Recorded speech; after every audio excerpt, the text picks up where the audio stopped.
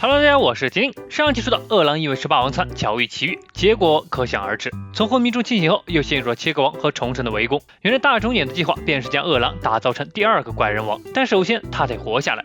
那么饿狼究竟能否敌过两人的围攻呢？废话不多说，进入我们的解说时刻。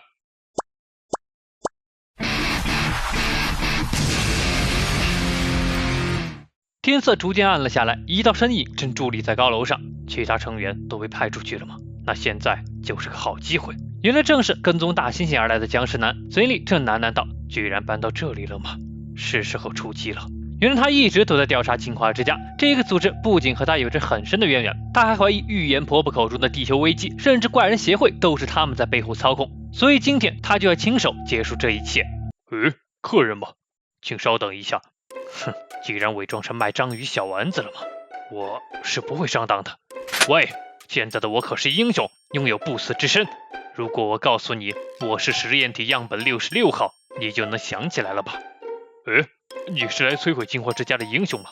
不好意思，进化之家早就不存在了。很快，僵尸男被带到了屋内，曾经进化之家的博士也认出了他，样本66号，10年前不死身系列唯一成功的案例，在破坏了研究所后消失了踪迹。没想到如今已经成为了赫赫有名的 S 级英雄。僵尸男没有回话，而是举起了斧头就要动手。你要杀了我吗？这样也好，如今的我已经失去目标，没有留恋了。进化之家为什么会消失？只要你还活着，就能重建进化之家，为什么没有那么做？回答我，博士！僵尸男的怒吼让他一愣，似乎又想起了那一幕，额头上冷汗直流。我的研究输了，他解除了限制器。限制器，无论多么努力，只要是生物都会有各自的限制。似乎冥冥之中另一边的战斗正如他所说，过于强大的力量会给拥有者增加负担，会像失去人性的怪人一样失控。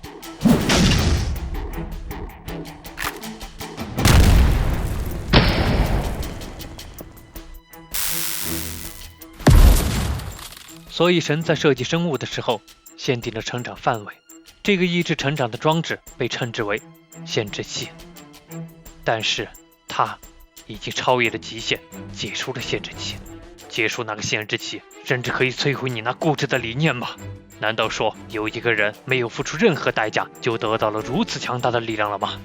不，他付出了代价，一击就将我研究史上最强的战士葬送，甚至没有一点表情的变化。为了获得强大的力量，他秃了。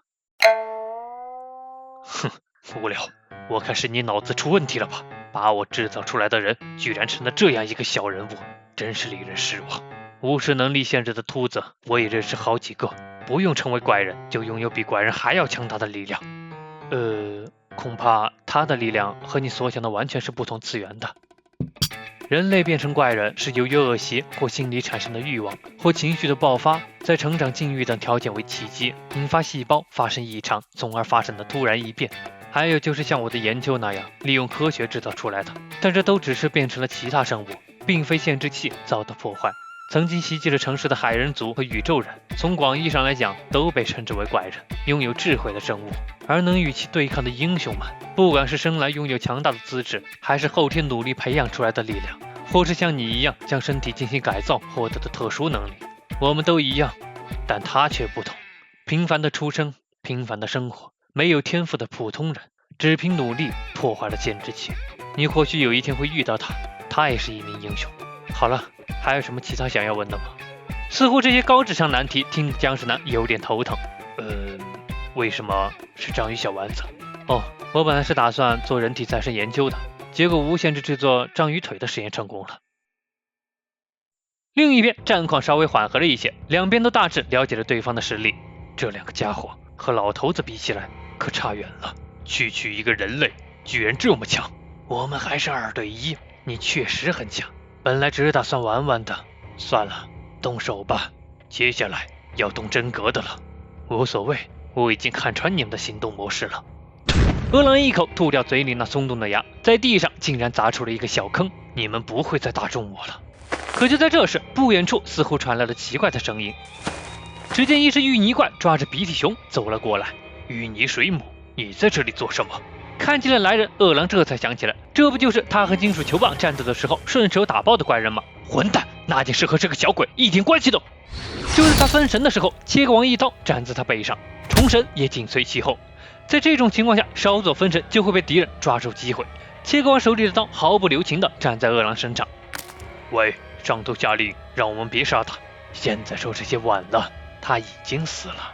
受到他这么多刀斩击，是肯定活不了了的。虫神也没再说什么，几人带着比利熊离开了，只剩下躺在血泊里的饿狼。另一边，奇遇的小屋子里，在奇遇走后，杰诺斯就提出想玩一玩 King 手里的游戏机，但没一会儿就通关了，让他完全不能理解。看来现在的他还不足以参加老师和 King 的假想战。距离奇遇出门寻找饿狼已经有一段时间了，虽然几人都知道奇遇的实力非常强悍，但他的性格还是令人担心的，万一中了怪人的圈套就不好了。刚说到这儿，门口就传来了熟悉的声音：“我回来了。”哎呀，惨了惨了，老大没了！看着奇遇一身狼狈样，把大家都吓了一跳。瞅着满满当当的一屋子人还没走，奇遇也很头疼。耐不住几人的询问，他这才说道：“哎，你们不知道，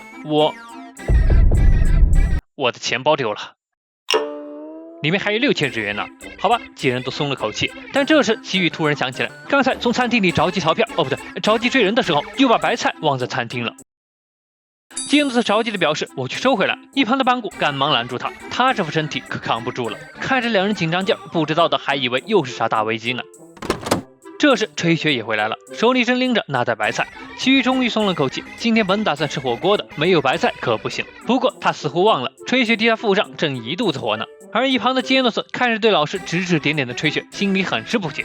以他的思维模式来看，这人明知不敌老师，还敢如此纠缠，难道他也想成为老师的弟子吗？需要警戒。而就在这时，杰诺斯感觉到有东西在高速接近他们，迅速分析了在场的情况。首先，老师丢了钱包，精神受到了严重的打击，而他和邦古两人负伤在身。如果来人是轨迹上的怪人，吹雪肯定也对付不了。那么眼下，拜托你了 ，King。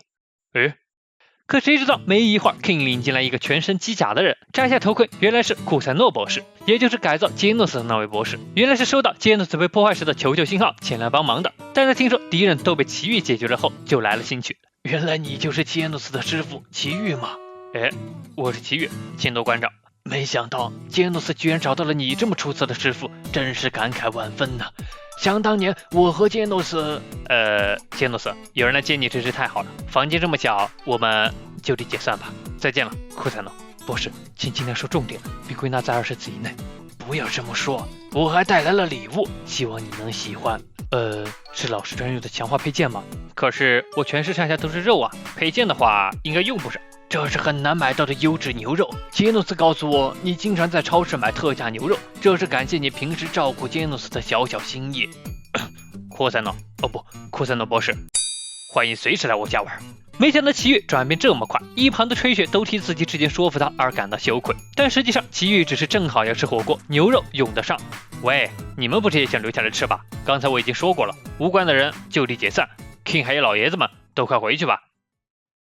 已经和饿狼谈过了，审核结果是不合格，所以我当场把他解决了。我们本想和他谈谈的，那个家伙却突然袭击我们，真是过分呢，对吧，虫神小朋友？不要说这种无聊的谎话了，告诉我实际情况。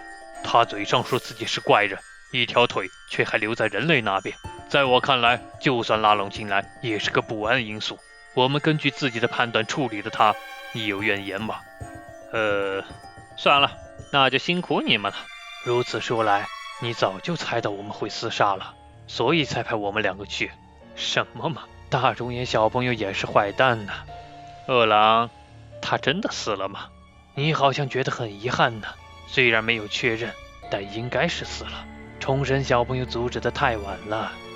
那么这个小孩赶紧处理掉吧，引起混乱就麻烦了。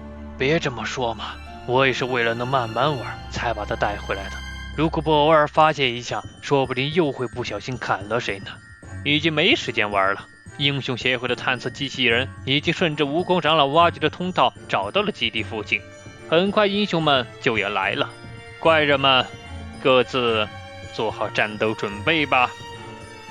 随着怪人协会的位置暴露，这场史无前例的大战即将展开，而奇遇和饿狼在其中又扮演着怎样的身份呢？那么本期饿狼篇3到这里就结束了，喜欢本期视频呢，别忘了关注和订阅哦，在这些地方也能看到新的视频。那么本期视频到这里就结束了，我是金，我们下期再见。